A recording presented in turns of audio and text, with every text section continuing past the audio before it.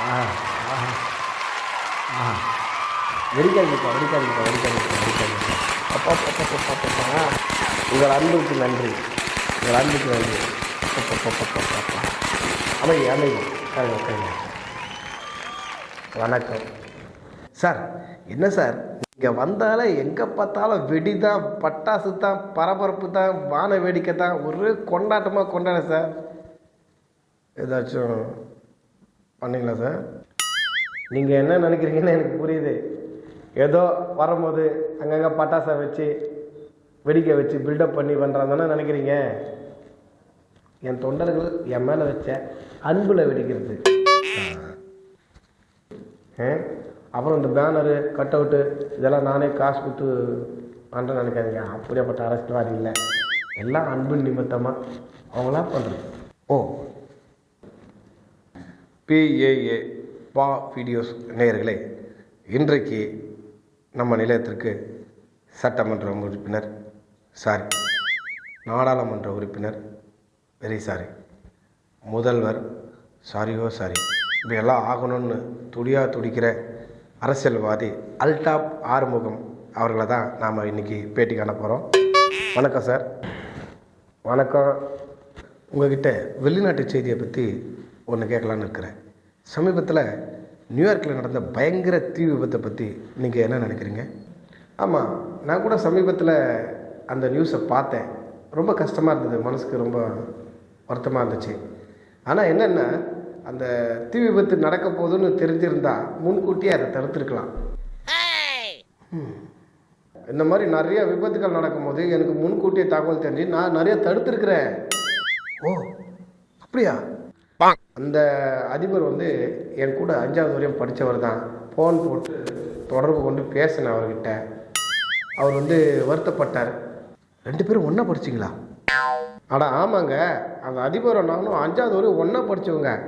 அவர் India வந்தார்னா நம்ம வீட்டில் தான் சாப்பிட்டே போவார். அப்படின்னா பார்த்துக்குங்களேன்.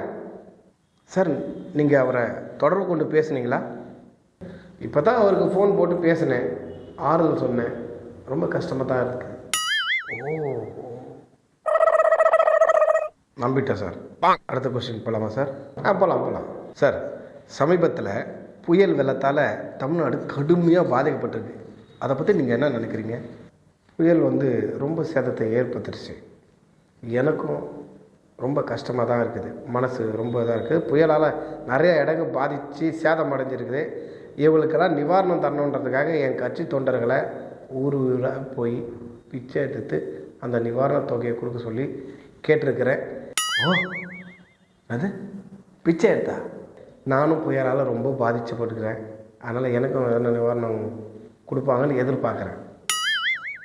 அது சரி சார். அடுத்த கொஸ்டின், அந்த வெள்ளத்தை பற்றி நீங்கள் என்ன நினைக்கிறீங்க? அதை பற்றி நான் எங்கே நினைக்கிறேன்? சுகர் பேஷண்ட் தான் அதை பற்றி நினைக்கிறோம். சுகரா?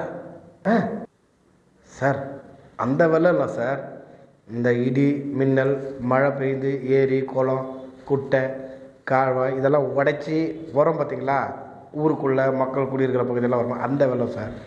அந்த வெள்ளம் சொன்னீங்களா? ஆமாம் சார். இல்லையே. அடுத்தது, இதே புயலால் இந்த வெங்காய விலைலாம் கடுமையாக உயர்ந்துருக்குது. இதை பற்றி நீங்கள் என்ன சொல்ல வர்றீங்க மக்களுக்கு? வெங்காயத்தை பற்றி நான் என்னங்க நினைக்கிறது சார்? வெங்காயம் இல்லை சார், வெங்காயம். வெங்காயம் இல்லை சார், வெங்காயம். ஏ இல்லை, வே வே வெங்காயம். வெங்காயம் அதாங்க. ஏதோ ஒன்று விடுங்க சார். கடுமையாக அதோட விலை ஏறி இருக்குது. அதை பற்றி நீங்கள் என்ன நினைக்கிறீங்க? வெங்காயத்தை பற்றி நான் என்ன நினைக்கிறேன்னா, வெங்காயத்தை விலைவாசி உயர்ந்து போயிருக்கிறத தடுக்கணுன்னா ஒரே ஒரு விஷயம் மட்டும் நான் பொதுமக்களுக்கு சொல்கிறேன். ஒரு 3 நாளைக்கு வெங்காயத்தை பயன்படுத்தாதீங்கன்றேன். வெங்காயம் பயன்படுத்தாமல் நாம் சமையலில் சாப்பிட்லாம். எப்படின்னா, நான் உங்களை கற்காலத்துக்கே போக சொல்கிறேன்.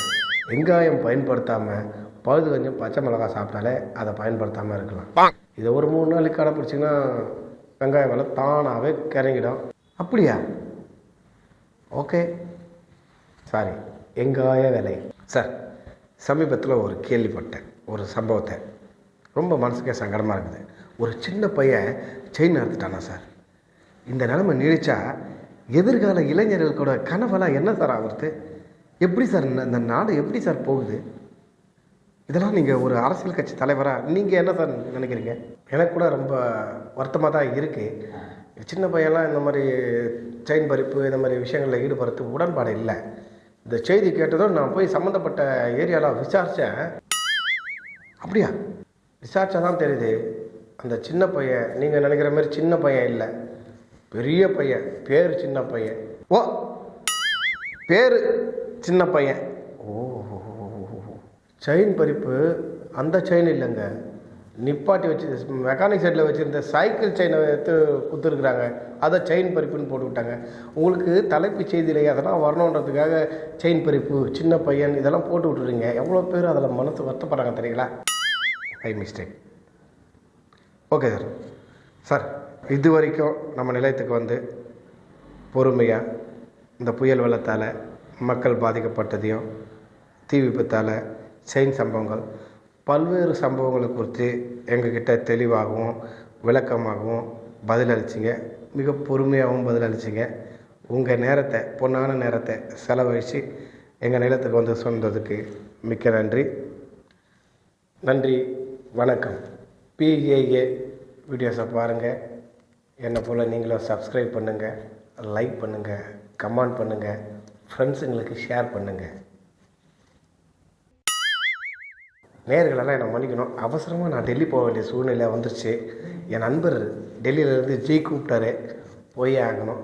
இது புதுசாக ஒரு மாநாடா, ஏதோ 20 பேர் சேர்ந்து பண்ண மாநாடா, அதை நான் தான் இருக்கணும்னு ரொம்ப ஆசைப்பட்டார். சார், என்னது 20 பேர் கூடுற ஒரு மாநாடுனாங்க.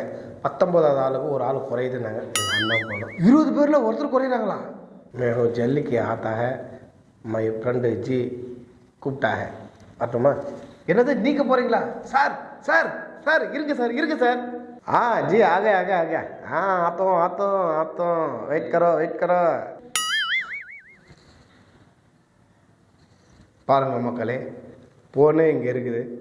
அந்த நாய் நடான்னா ஜி கூப்பிட்டாரு, 20 பேரில் ஒருத்தர் குறையுதுன்னு இஷ்டத்துக்கு கதை அழைச்சிட்டு போகுது. இப்படி எல்லாம் இருந்தால் நாடு என்னத்துக்கு ஆவறது? அரசியல் இதெல்லாம் சாதாரணமாப்பா.